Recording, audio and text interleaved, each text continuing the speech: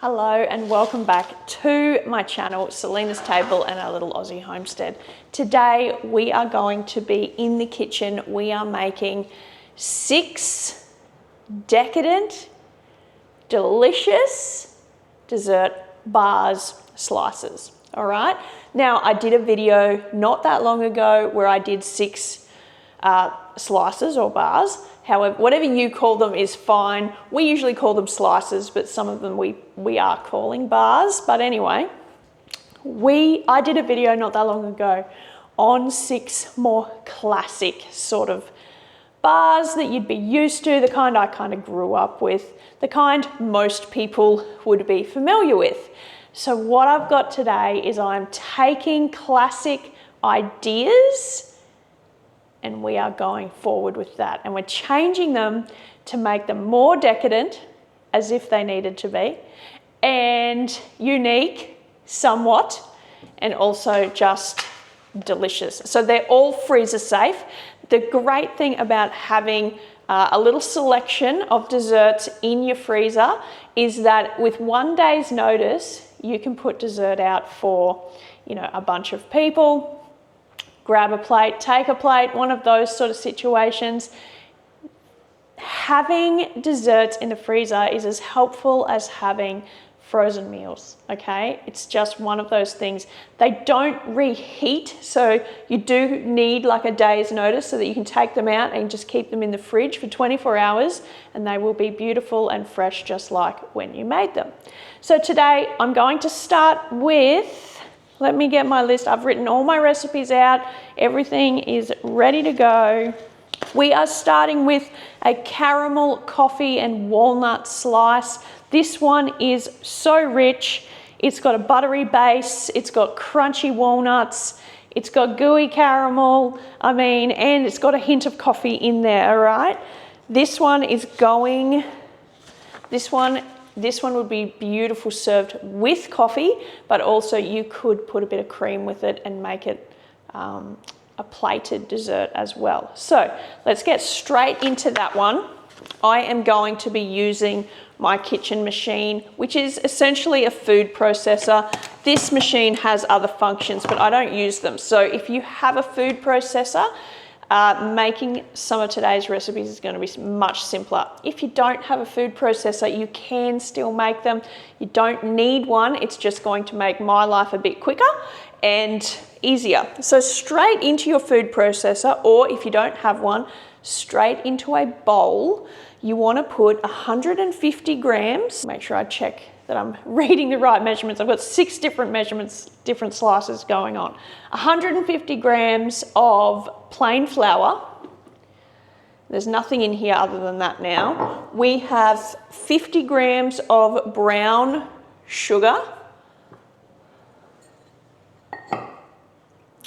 I've got a little bit of vanilla here, so just a teaspoon of vanilla. I have 125 grams of melted butter. So if you're going into a bowl, just add your melted butter and give it a stir. The reason I'm using the food processor is because we're going to add 50 grams of walnuts to our base as well. And I didn't feel like pre-chopping them. So what I'm gonna do is get my dry ingredients. Sorry, I'm gonna get all my ingredients. I'm gonna put my butter in there now. I'm going to turn that on and just let that mix itself together. That's all we're doing, but I will drop my nuts in so they get chopped not too finely throughout the process as well. Alternatively, just chop some nuts, 50 grams of walnuts, and you will be in business.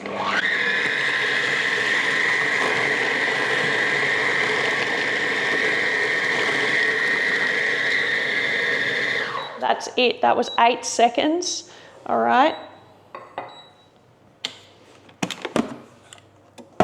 Now it does need a little bit of a stir, but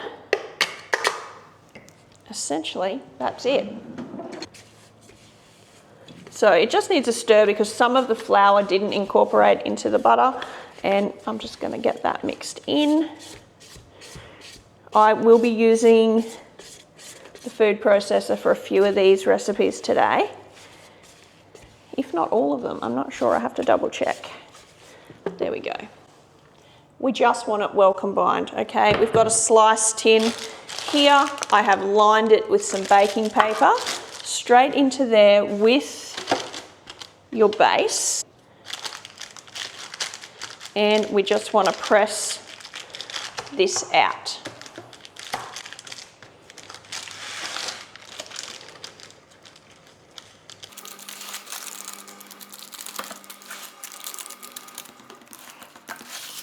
All right, that's nicely pressed. Sorry, you can hear my dishwasher gurgling away. It's nearly finished, so it should stop soon. Now this is going to make quite a thin layer in the bottom. That is what we want. That's got to go into an oven that's been preheated, and you want about 170 to 180 degrees Celsius. So it's only going to take about 8 to 12 minutes. Keep an eye on it. We don't want this to burn. While that's in the oven, we're going to get the filling made, and for that we need a saucepan. So in our saucepan we want 60 grams of butter, and I did pre-measure obviously today, just to keep it a little bit simpler, a little bit quicker. We want 1 can of sweetened condensed milk. To that we want 2 tablespoons of golden syrup. You could substitute maple syrup if you didn't have golden syrup. Golden syrup is a byproduct or a product made out of brown sugar, and you can make it yourself. If you don't have golden syrup, it's like the consistency of dark corn syrup.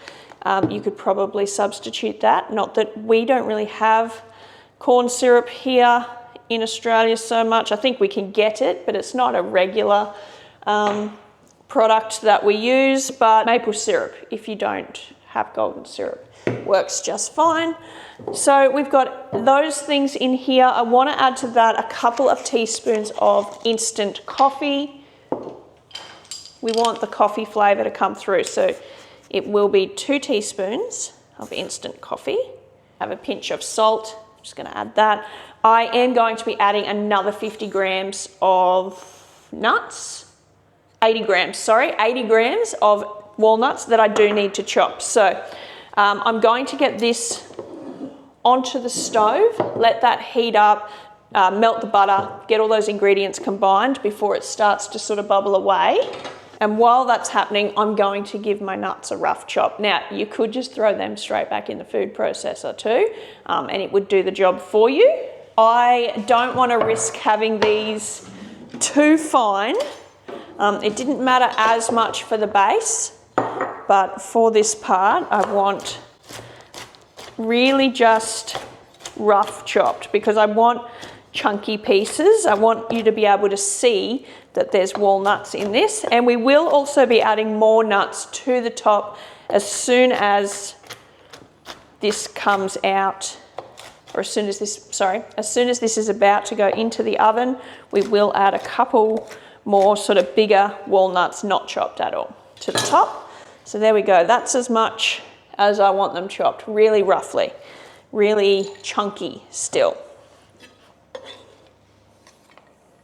So in just the same way as we made our caramel slice, or a standard caramel slice that has a condensed milk base, which some of them do, it's a pretty old-fashioned slice really.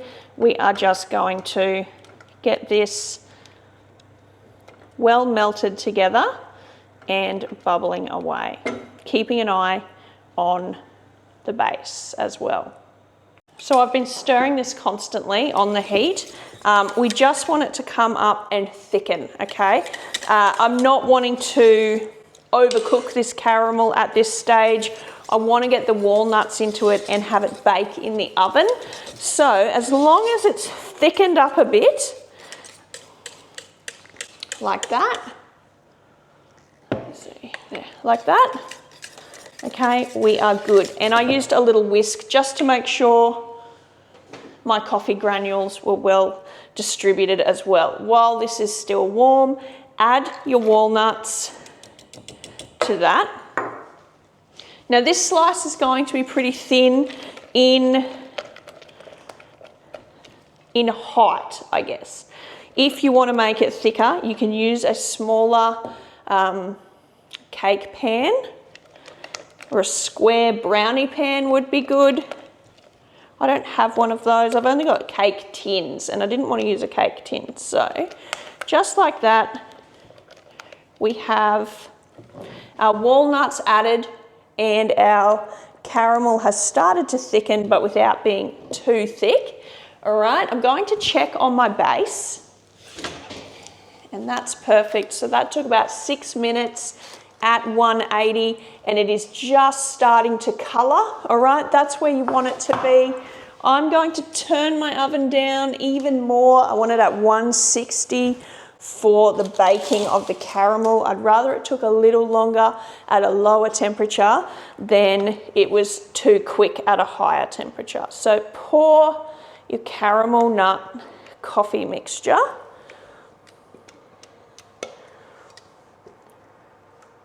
Get all of it out.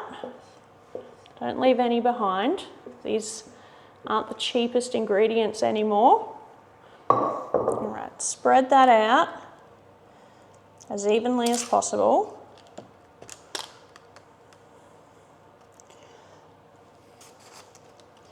And before it cools too much, I do want to make sure I can get some extra walnuts in there. So you can add sort of half a cup even. I'm going to be measuring with my hand, but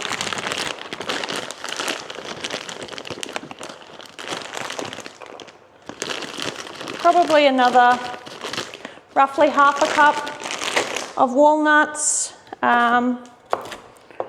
Again, I'm barely chopping them. I'm just getting those really whole ones cut. And we just want to sprinkle some of those on top. You could substitute walnuts for pecans too if you want to. Just press them down a little. We don't want them to come off. All right, our caramel, our walnuts, and our base are ready to go straight back into the oven. We are thinking close to 8 minutes on this one at the 160. Keep an eye on it.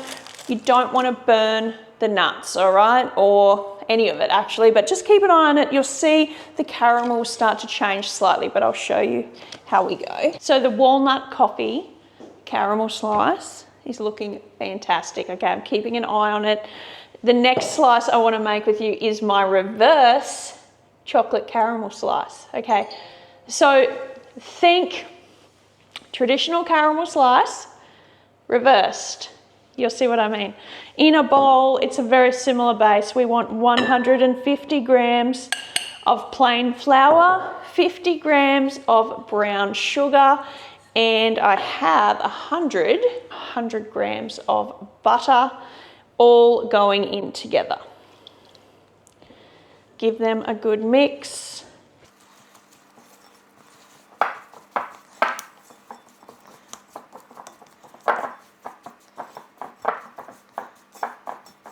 Once you're happy that they're well combined, into another lined slice tin.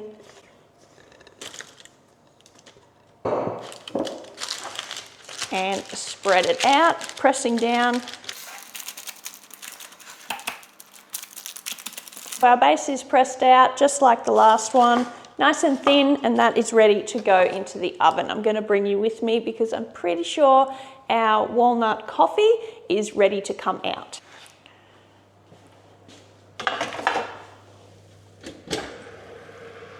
Almost there, probably another three or so minutes.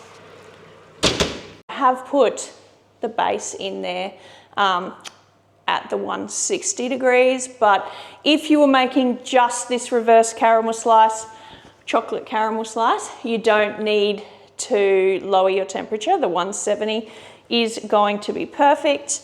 While that's in the oven, it's only going to take, again, sort of, 6 to 8 minutes. By then, I think our walnut will definitely be done. We're going to make the reverse caramel, and in the same way as we just made the walnut coffee, we are going to, this is where the reverse comes in, okay? If you're wondering, we need another can of condensed milk straight into our pot. And I did wash my pot out simply because I don't want any coffee flavour in this one.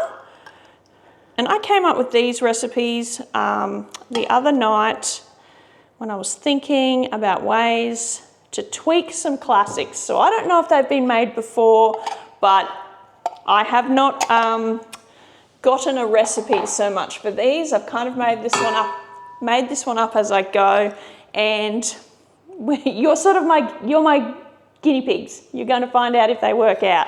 So we have 100 grams of brown sugar and 100 grams of butter, and we're going to put those in.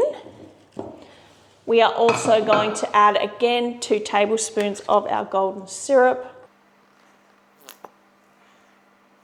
I will be adding a little bit of vanilla to this one.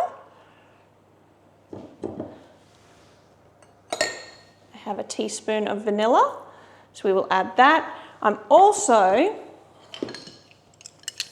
wanting to add 2.5 tablespoons of cocoa. This is where it becomes a reverse chocolate slice. So the traditional chocolate slice has the biscuit or shortbread sort of base, and then it has caramel in the middle and then dark chocolate or milk chocolate on the top. This one is going to have the same base. It's going to have a chocolate caramel in the middle and then a white chocolate top, all right? So just in the same way as the coffee one, give it a mix. I like to mix this before I put it on the heat because it's got the cocoa in there.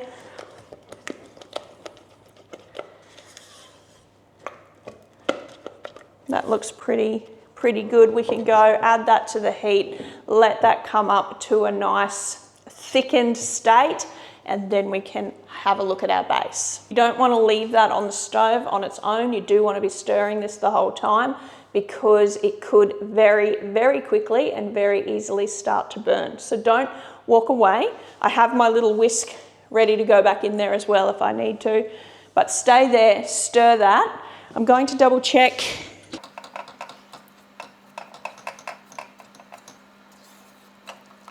We don't want this bubbling until we have at least got everything melted.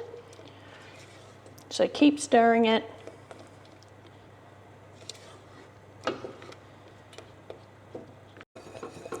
Okay, it's starting to get shiny, as you can see, and it's thickening up. We've got some bubbles, so that is just about ready to come off the heat.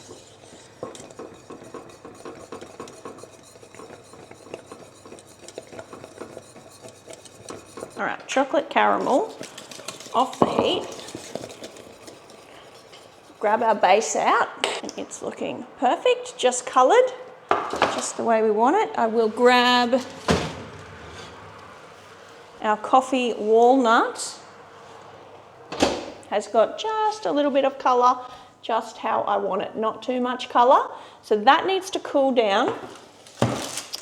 Once it's completely cold or cooled down, I'll pop it in the fridge. I'm not going to cut these until, oh, that one's hot. I'm not going to cut these until they are cold, all right? That's the sort of the secret in cutting slices or bars, is that they do need to be cold in order to have a nice clean cut on them, all right? You can cut them warm, but they won't be as tidy as if you wait until they're cold. So, pour your chocolate base, your chocolate filling, I should say. Now this one's going to be much harder to recognise when it's done, all right? But if we just set the timer for 8 minutes, that should be perfect.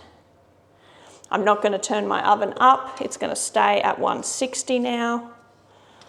And if you had cooked this one on its own at 175 for the base, turn it down to 160 to do the caramel chocolate layer. Getting everything out of my pot.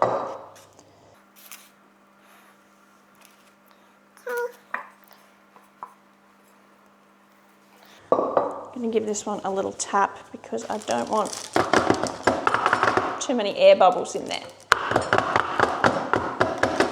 And it levels it out a little bit.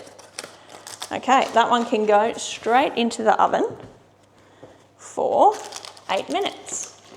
All right, our chocolate caramel is coming out now.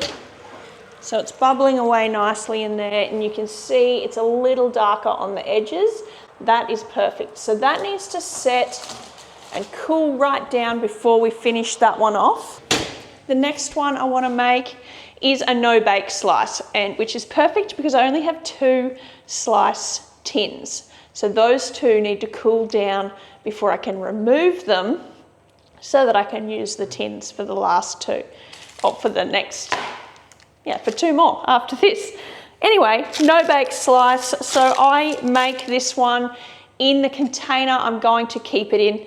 If you want to make it in a slice tin, you can. This is a Decor brand container. I'll see if I can link it. And I've just put some parchment or baking paper in there.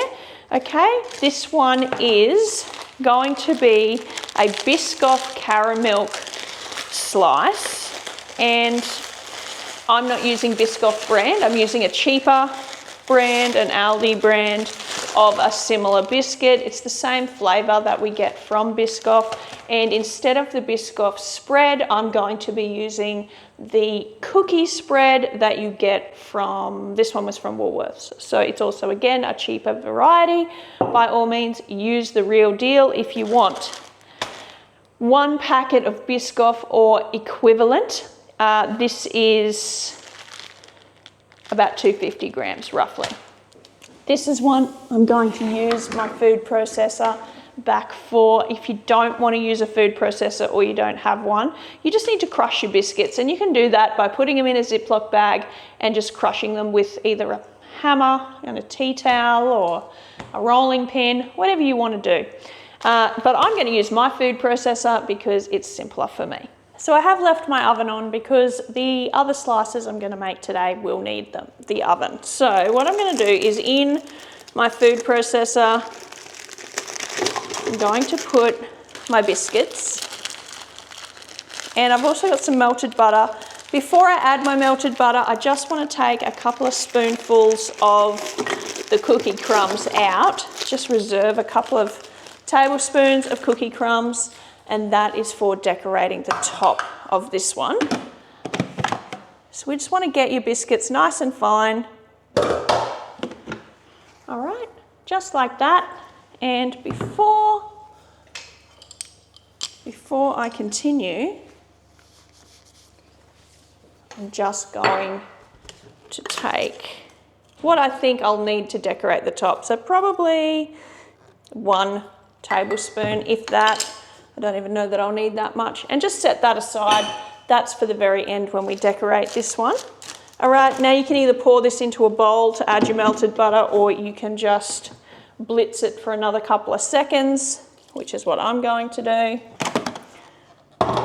So once your biscuit and butter is mixed together, you can take that out, and we want to press that into our tray. And of course you can use a slice tin if you want to for this, but because I need mine, straight into our container.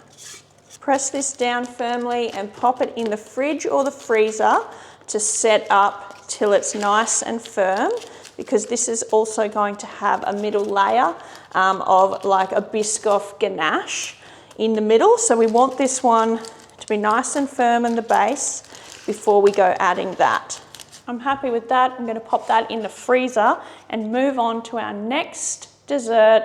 While these two are still, we can probably pull that walnut one out. It's probably cool enough to remove from the tray, but we'll get this one in the freezer. I'm going to need my tray, so I'm just going to pull, as long as this is warm enough to the touch and it feels firm enough on the top that I can move it. I am going to just pop that straight in a container just so that I can get my tray.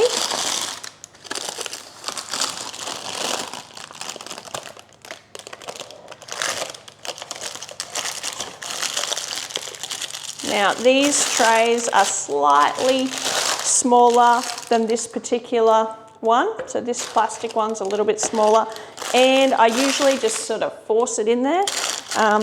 It has a little bend in it usually, but there we go. So that's fitted because it's still warm. I've been able to get it in there, and that one can continue to cool down before we're ready to cut it.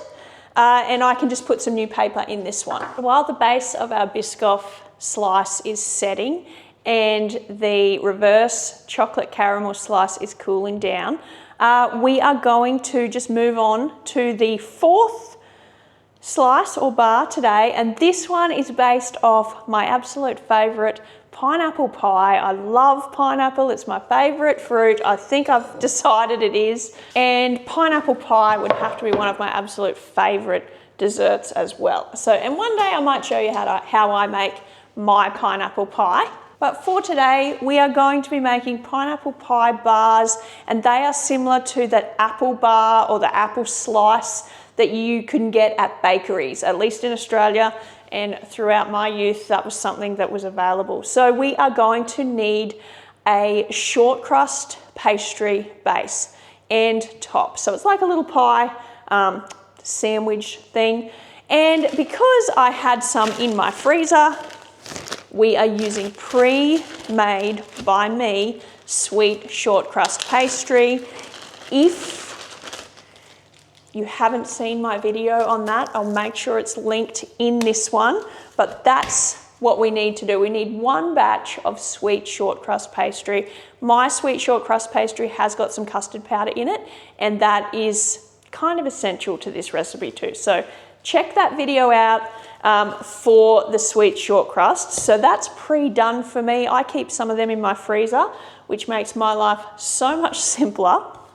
The other thing you want is some fresh pineapple or tinned pineapple. You can use crushed. You can use crushed pineapple if you're using the tinned variety, and you won't need to put it through a food processor. You can put the whole tin, including the juice, into a saucepan.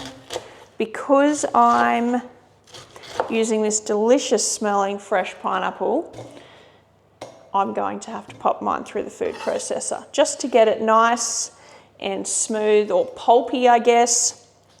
Try and get all the skin and things like that off.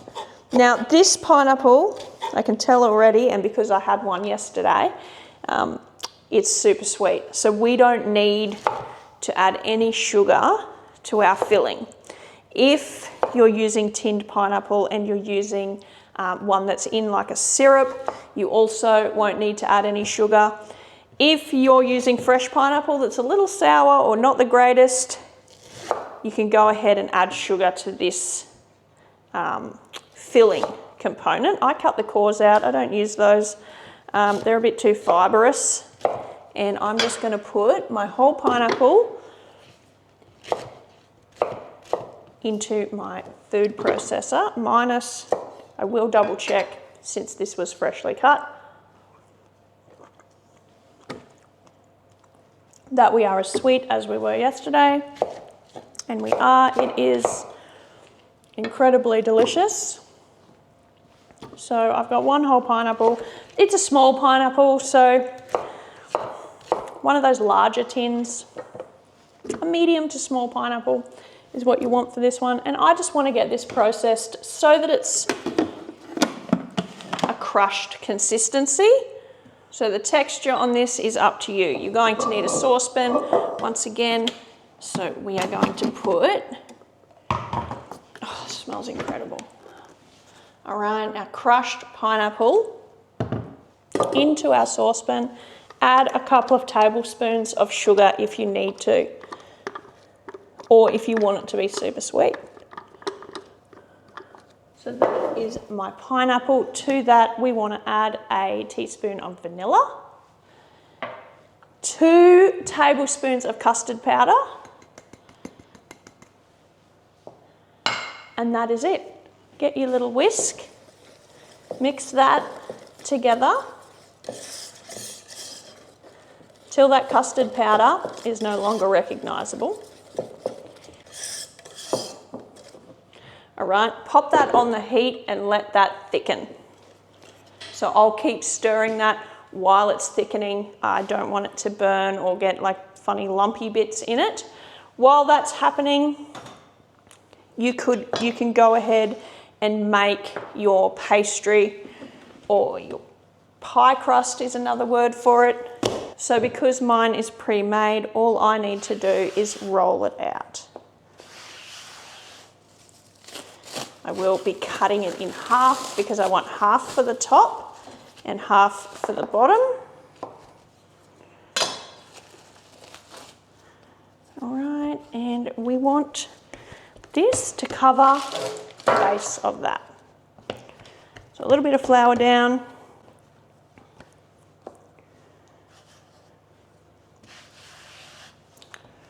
We don't want things to stick.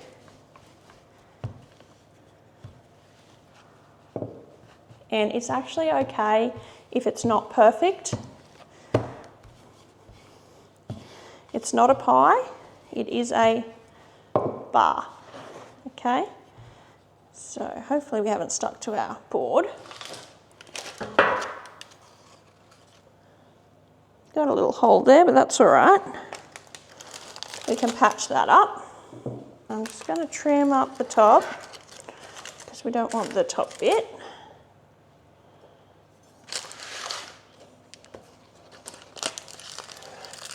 My pineapple was starting to bubble, I could hear it over there. So I've given it a good stir. Okay. Patch up any holes that you have, but just like that. Now what I want to do is give it a quick little indent with a fork, because I don't want, even though this was made with mostly plain flour, there is a little bit of self-raising flour in my pastry, so I don't want to end up bubbly sort of slice. So just like that, I'm going to set that aside, just keeping an eye on your pineapple pie filling. I will want that to cool down slightly before I go and put the top on, so I'm just going to wrap my pastry back up and set that over there. We will be adding a third of a cup of desiccated coconut to our pineapple filling as well. You don't have to add the coconut, that's entirely up to you. I like to add the coconut. It adds a little bit of texture because the pineapple cooks and it breaks down a little bit. And also coconut and pineapple go beautifully together. Once you are happy that your pineapple filling is thick like that, okay, that's sort of the level we want it. I'm going to get all the pineapple off this. Add your coconut straight away and just stir that through. Okay, just like so. Now you want to let this cool down slightly. It doesn't need to be cold or anything like that. You just don't want it quite so piping hot before we pour it into our base. While I'm waiting for the pineapple filling to just cool down a little bit, I'm going to melt some white chocolate. I've got 200 grams of white chocolate here. I'm going to add 1 little teaspoon of coconut oil to that, just because I like to add a little bit of coconut oil to my melted chocolate. It makes it just slightly thinner and a little shiny. I'm going to melt that in the microwave at 30-second bursts, giving it a stir between each burst. Once it's well melted, we can pour it on our reverse chocolate slice. All right, so there's our chocolate melted beautifully. Now I can pick this up. It is warm to the touch, so it's not cool, but we are a nice set consistency in the middle here. I'm going to try, because I need this tin, to take it out of here and pop it in this slice container before we top it with the chocolate. Again, I'm just going to sort of press it down in there, make it work. All right, it's not perfect. We could have cut a part of it off as well to make it fit better. If I was serving this at a function of some kind, I wouldn't have squished it in the container, but this is just for my family, so they don't care.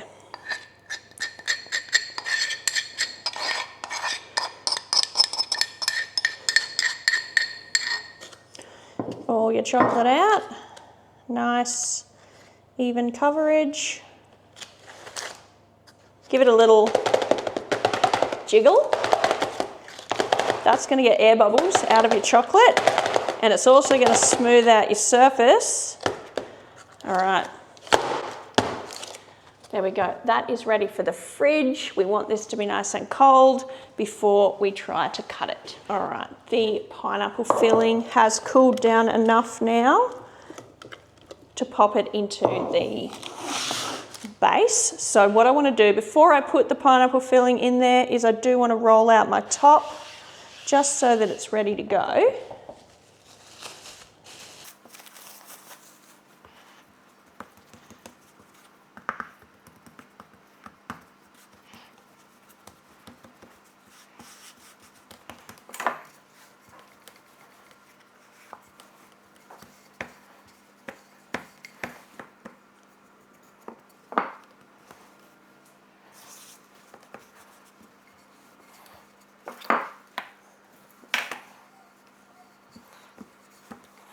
That should be about right. So into your unbaked base.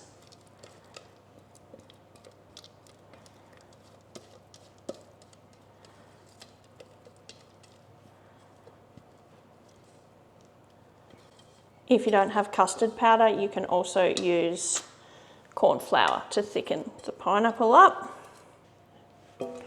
Okay.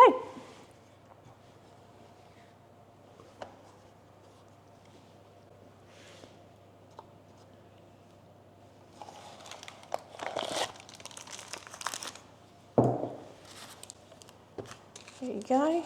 Press down, trim your edges. We want to brush just a little bit of water on the top, or milk. You can do either or, and then sprinkle it with a little bit of sugar and a little bit of coconut. So I'm just going to get some water in here, okay? So just a little bit of water or milk. You could even use an egg if you wanted to. It's just to get the sugar to stick on the top. It's not for browning purposes or anything. We just want the sugar on the top. Just a little bit of caster sugar, or regular white sugar, whatever you've got. Raw sugar works as well. I just probably wouldn't use brown sugar. You want to see the little granules, okay? And then just a light sprinkling of coconut, simply because we put the coconut in the pineapple. You don't have to do the coconut if you're not a fan of coconut. So I'm going to quickly just pin prick as well with my fork. And you want to pop this one in the oven. It's going to take about 20 minutes. Keep an eye on it, and straight into the oven. I have turned my oven back up to 175 as well. We're going to finish off our biscoff Caramilk slice now. And what we want to do is make a biscoff ganache. And that is going to go in the center of this slice. So I've got a block of white chocolate. We want to melt this. This one's not quite 200 grams. 200 grams would be better. But that's all right, we'll make it work. Okay, melt your white chocolate, 100 mils or 100 grams of cream. I'm going to just put this in 30-second bursts in the microwave, stirring it after each one until my chocolate and my milk are well combined and well melted. So when your cream and your milk are well melted together, you want to keep mixing them till they become sort of a different consistency, a different thickness.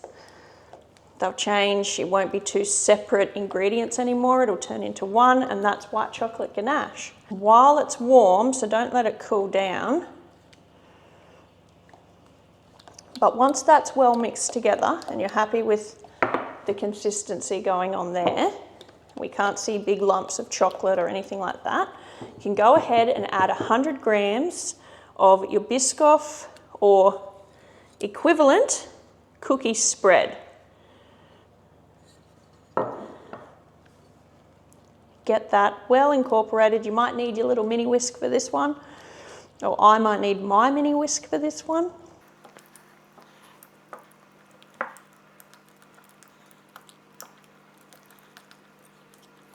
This needs to be well mixed together. Okay, just like that. Once it's all incorporated, and it kind of looks like caramel, to be honest, grab freezer. It should be nice and set now, which it is, nice and hard. We want to pour this over the top.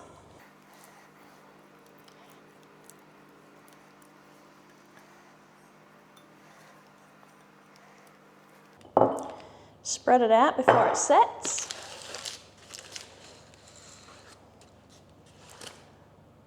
But that looks nice and level. I'm going to put this back in my freezer so that my ganache layer sets, and then to that I can add my Caramilk layer. So back in the freezer for now. Okay, so the next bar we want to make is going to be a red velvet brownie with white chocolate chips and cream cheese swirl through it, all right? But mine won't be red, mine's going to be pink. And that's just because the only food colouring I currently have is natural, Queen natural food colouring, and they don't have a red one in here. So I had pink or purple. So I'm going to go with a pink velvet brownie. All right, so straight into our bowl, we are going to make our batter for our brownie. So I've got 2 eggs, give them a little beat together.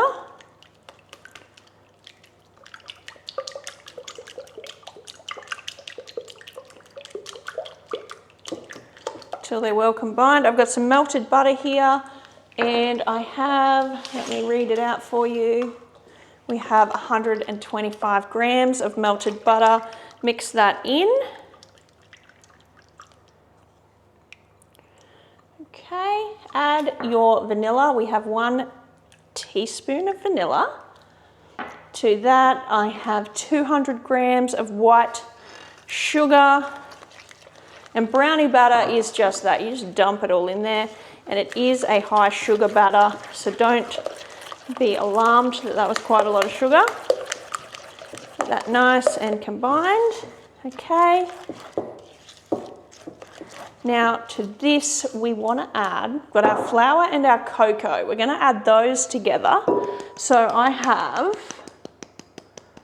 2 tablespoons of cocoa and 100 grams of plain flour, and I'm just going to whisk those together till they're pretty well combined. Okay, we can go in here with our flour cocoa mixture. Before I mix it, I've got a teaspoon of white vinegar, all right, and then I'm going to add about a tablespoon of my colouring. In my case, I'm just going to add what colouring I have here. Mix that together.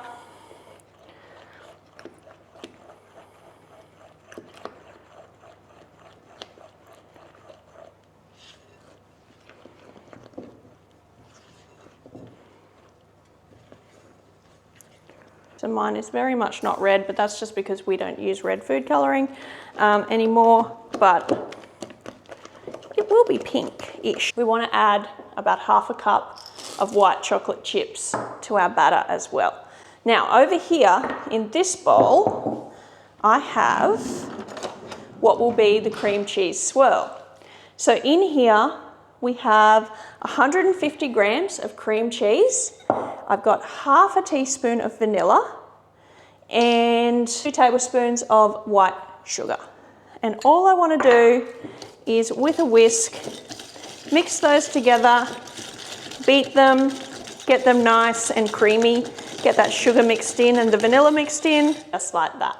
So to finish this one off, we want to just quickly mix our chocolate chips in.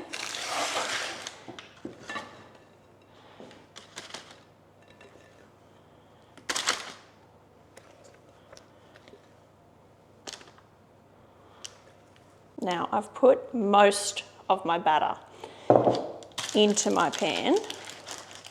but I have left a little bit there. And that is simply because I want to dollop it on top with the cream cheese so that it mixes in well. So spread your brownie out for the most part. And then just plop your cream cheese mixture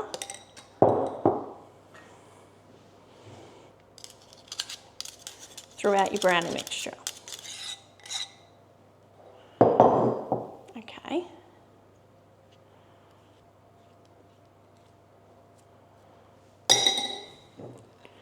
Now we want the rest of it. And we're going to kind of swirl the top of this. Our pineapple bars are almost done in the oven, so this is going to go in as they are coming out. All right, just sort of mix in a swirl motion that cream cheese into the brownie. Does that make sense? Like so. That's ready for the oven. Yeah, so we're going to pop that one in the oven. We are looking at probably 20 minutes for this one. Keep an eye on the edges and things like that. But our pineapple bar,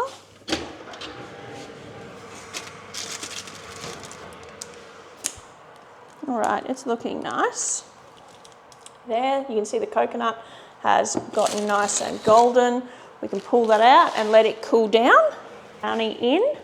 Now I'm going to need the tray that the pineapple pie bar is in, so I need that to cool down a bit before I can make our final 6th one today. So while I'm waiting on that pineapple pie bar to be cool enough to take out of its tray, we can finish off our Caramilk biscoff slice. So what I've got here is a Caramilk alternative. So this is an Aldi brand one, but just a bar of Caramilk chocolate. We want to melt it. I'm melting this in the same pot I had the white chocolate melted in because a little bit of white chocolate's not going to hurt. So melt that. Again, we want 30-second intervals in a microwave until it is until it's melted. Again, I'll add a tiny teaspoon, probably a half teaspoon of coconut oil as well to that. So once your Caramilk is melted, you can get your biscoff out of the fridge. I just touch in the center because it's going to be the last place that's going to set. And as long as I can touch it and my finger comes away clean, I'm happy with that. Now we just want to spread or pour our Caramilk over the top. Don't leave any behind. Chocolate's too expensive to waste it. To that, you want to add that little bit of reserved biscuit crumb from the beginning. Sprinkle on the top. This one is ready now to go back in the fridge. I'm going to put my pineapple bar in the fridge as well. I want that to cool down a bit quicker, and I also so that I can get it out of that tray, and then we can make our final decadent, delicious bar or slice for today. So my pink velvet brownie is almost done. It's not really pink though, so I don't know, that food coloring maybe not the best for actually coloring cakes and things. It's Queen's natural color, but it is made out of natural vegetable extracts instead of chemicals, so it's what we get. It's still going to be delicious. The last bar, dessert bar we're going to make today, that is very similar to our pineapple pie bar, but it's going to be a sort of crumble one, and it's going to be using mixed fruit. So in a bowl, I am going to put some self-raising flour, and I've got my recipe here because when you're doing 6, sometimes it's just a bit much for your little brain to remember everything. So we've got 200 grams of self-raising flour in a bowl. To that, we want to add some brown sugar, and I have 100 grams of brown sugar and 100 grams of rolled oats.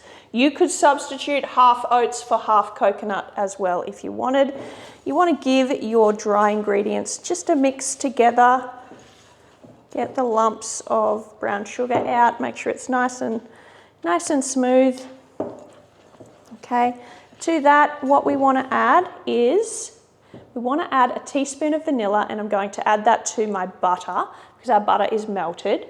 And we have 160 grams of melted butter that I'm just going to pour straight in.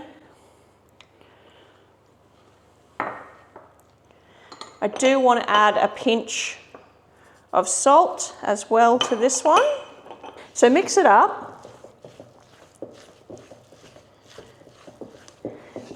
This is going to form our base and our top.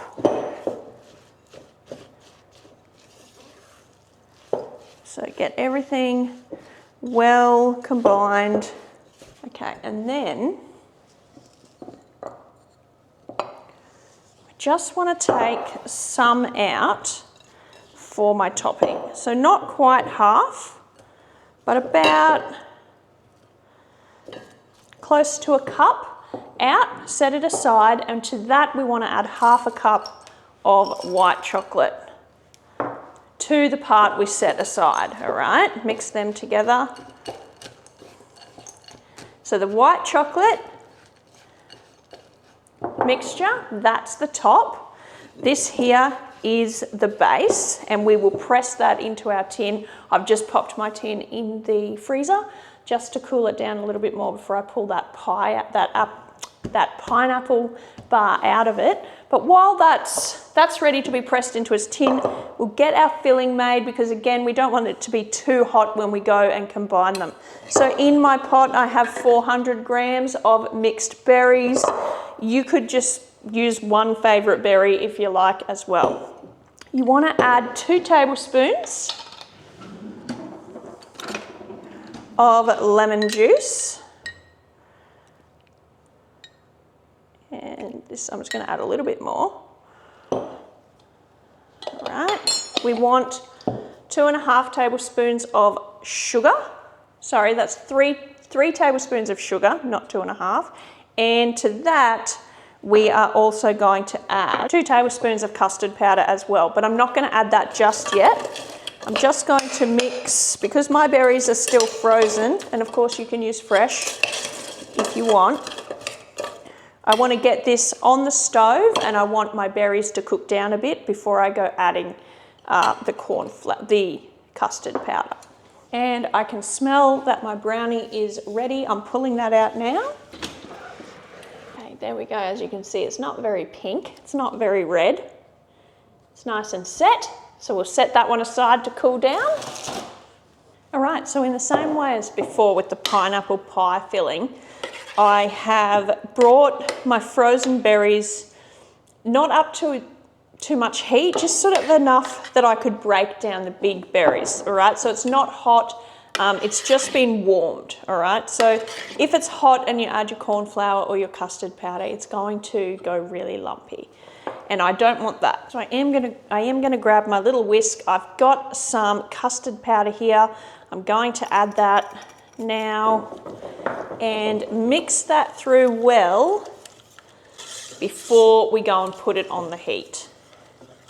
So you just want your berries to be soft enough that you don't have any huge lumps, okay? So like that. As you can see, it's a cloudy, it's not see-through, so we need to cook that.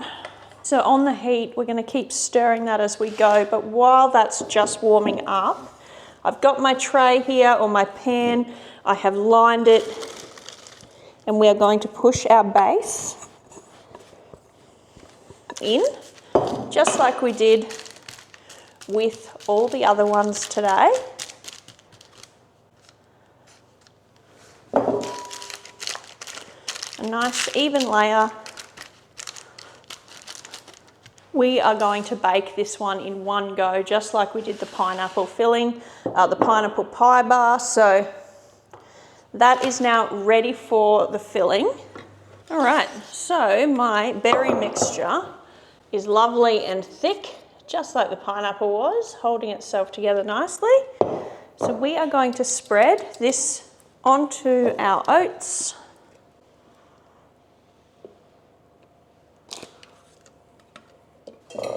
Now for the topping, what we want to do is crumble that mixture, the base mixture, with the white chocolate chips and sprinkle on top like a crumble. All right.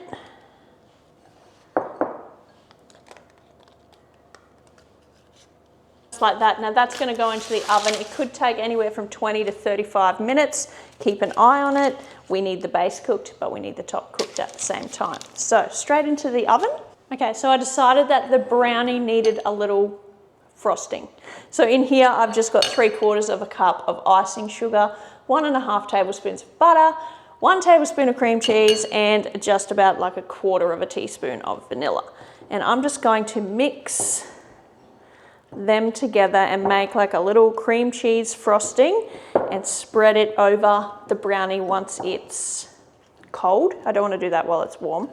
I know it has the cream cheese marble through it, but just looking at it, I'm like, this needs something. We're talking decadent here, so let's go all in. So we are going all in. And the crumble, the white chocolate berry crumble bar is looking really good in the oven as well. It's nearly ready. So there is the white chocolate crumble mixed berry bar. It is smelling incredible. I need to let this one cool right down. Now you don't want to cut these until they're cold, especially these fruit ones, because if you try and cut them, they're just going to ooze. Of course, you do have the alternative that you could serve this as a dessert and scoop it out, but that's not what this video is about. This is a bar slash slices video, so that's what we're doing. Let's let it cool down. I will bring you back at the end of the video and show you all the bars, how they look. We might even have a sneaky taste test, but that's it. That's 6 more different slices slash bars that you can make at home. They're easy enough to make, as you saw, and a lot of the processes were really simple, really similar, and we ended up with 6 different flavors and 6 different types of beautiful slices. So make sure you let me know in the comments if you do make any and what you thought of them. Also, don't forget to share my videos around. We need to grow the channel, not shrink it. Let's get YouTube to value the content that I'm producing. Also, thank you to everyone who has been commenting. Thank you for everyone who is newly subscribed. And I hope that this video has inspired you. Maybe fill your freezer with some slices that are really decadent, that are perfect to take as a dessert when you need a grab and go dessert. Thank you so much for spending time with me today. I hope you enjoyed this video. Hit the like button if you did. Hit the subscribe button if you haven't yet. Hit the bell button if you haven't hit that. That tells you when I put a new video out. And I look forward to waiting till they cool and showing you how they all turned out. As you can see, it does look pretty. It's very marbled and beautiful.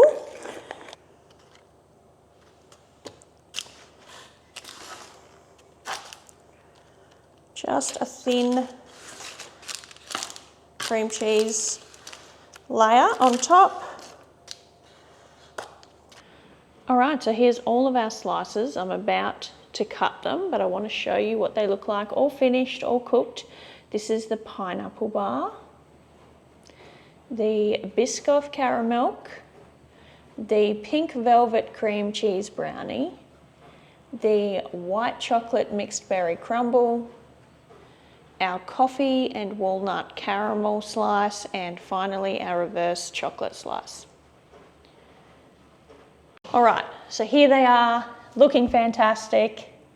I'm thinking a little bit of icing sugar might be nice on this mixed berry one, but we'll get to that in a minute.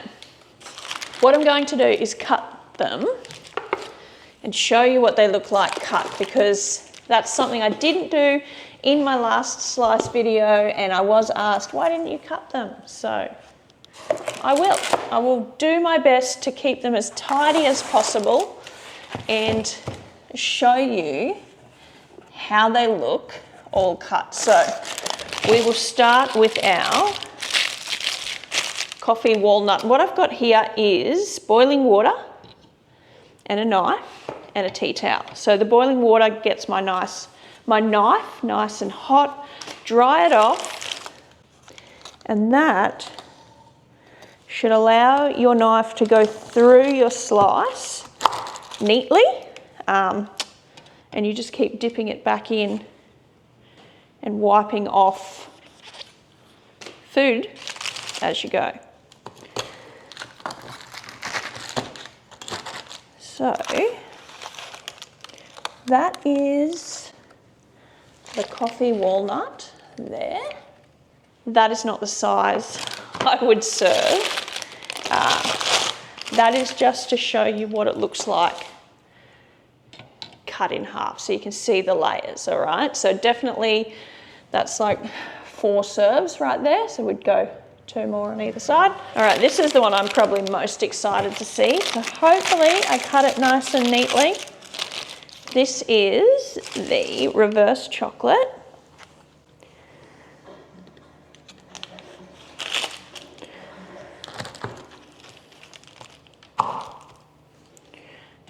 Reverse caramel, chocolate caramel slice. That's what we called it. Reverse chocolate caramel slice.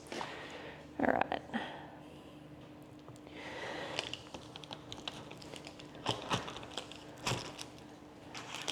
So, there we go.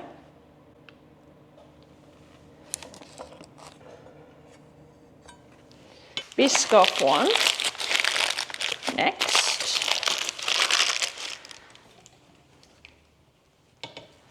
I don't even know which one I'm most excited to try, to be honest.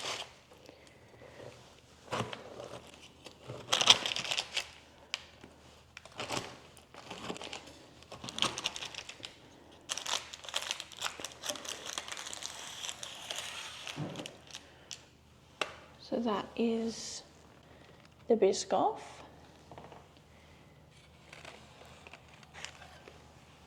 All right, pink velvet brownie with a cream cheese on top.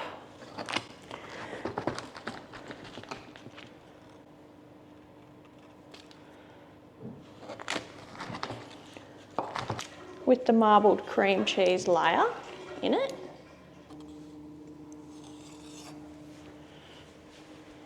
Pineapple pie bars.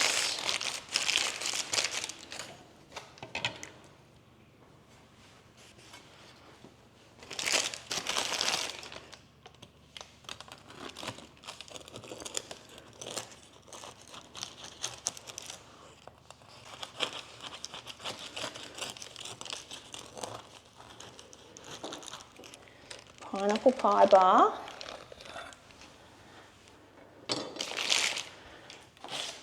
And the last one, which just before I cut, I'm going to sprinkle some icing sugar on this one.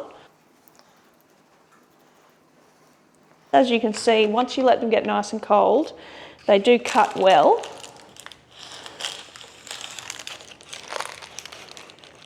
Okay, here we go. Right, that's okay. There we go. Can you see that?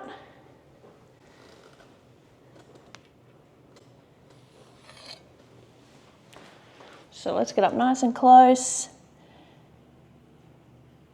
The mixed berry white chocolate crumble bar, pineapple pie bar,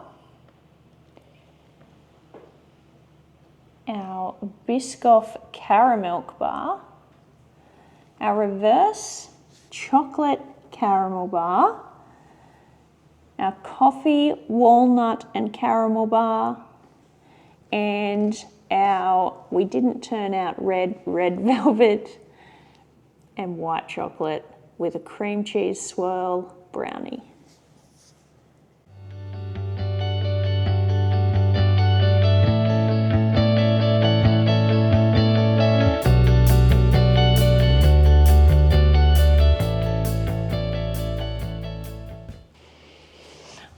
thank you so much for spending time with me as I made this video with you today. I hope you give these ones a try. I'm going to test one. I'm going to test my reverse chocolate caramel slice. So I'm not even going to eat that much, but there you go. You can see we've got the regular base, chocolate caramel and white chocolate top. So I'm just going to cut a little piece off there. Let's give it a try. I'll tell you my honest thoughts. Oh, I've just dipped cream cheese all over me. Let's see.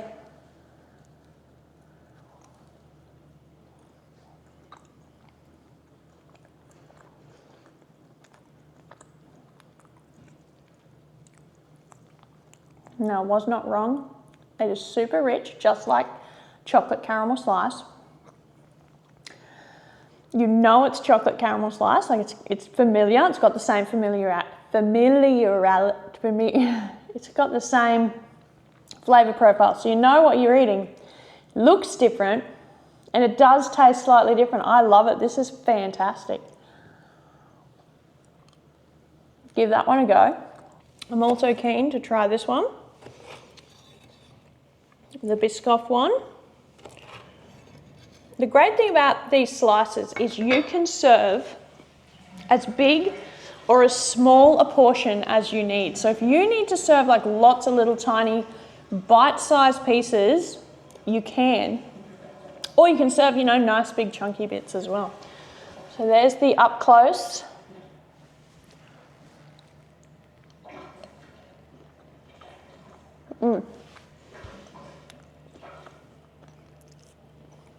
That is everything about biscoff that you love.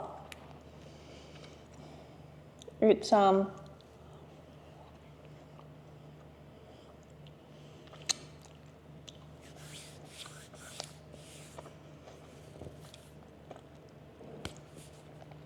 one does need to be kept in the fridge too. Actually, they all do. That might be the best way I've ever eaten biscoff. Just going to say it. You need to try that one as well. All right, I'll try all of them. You've convinced me. If I have a slither, it'll probably equal one piece, right? Okay, what's next? A little bit of brownie. That was really yummy. If you like red velvet. Super sweet, but perfect.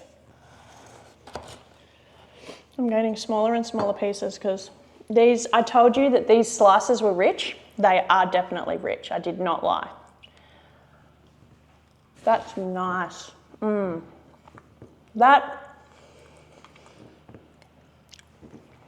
walnut one, that tastes like a grown-up slice. It's got coffee in it. It's walnuts. You feel like an adult when you eat this one. Had the really, really rich.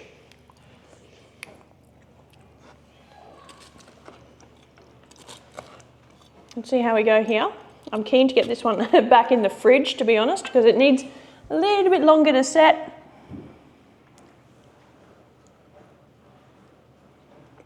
That's nice.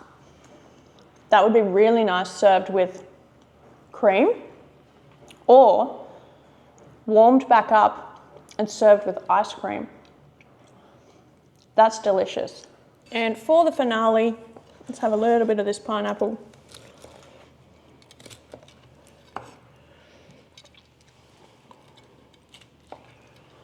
Just a little bit.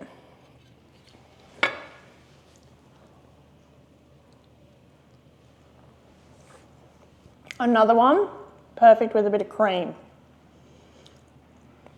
This one's nice and buttery, but also tastes like summer, if that makes sense. The pineapple flavour is beautiful. 2 thumbs up for every one of these. These will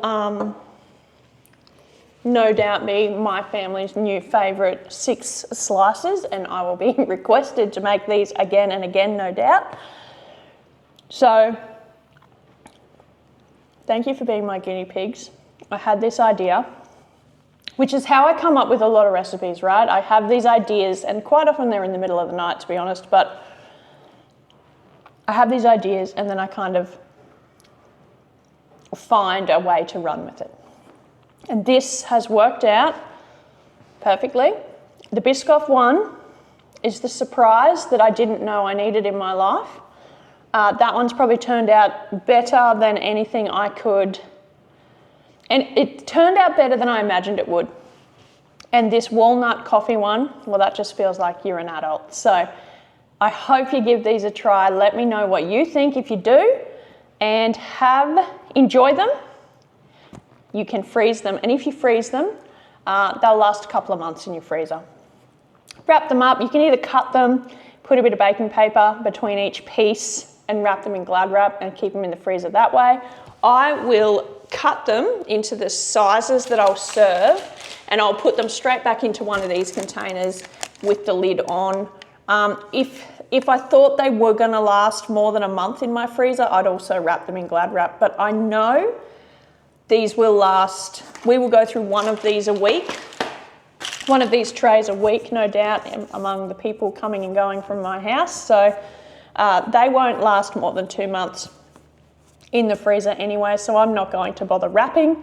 I will just cut them, lids on the containers, in the freezer. But there you go, that's 6 decadent, delicious slices that I hope you enjoyed.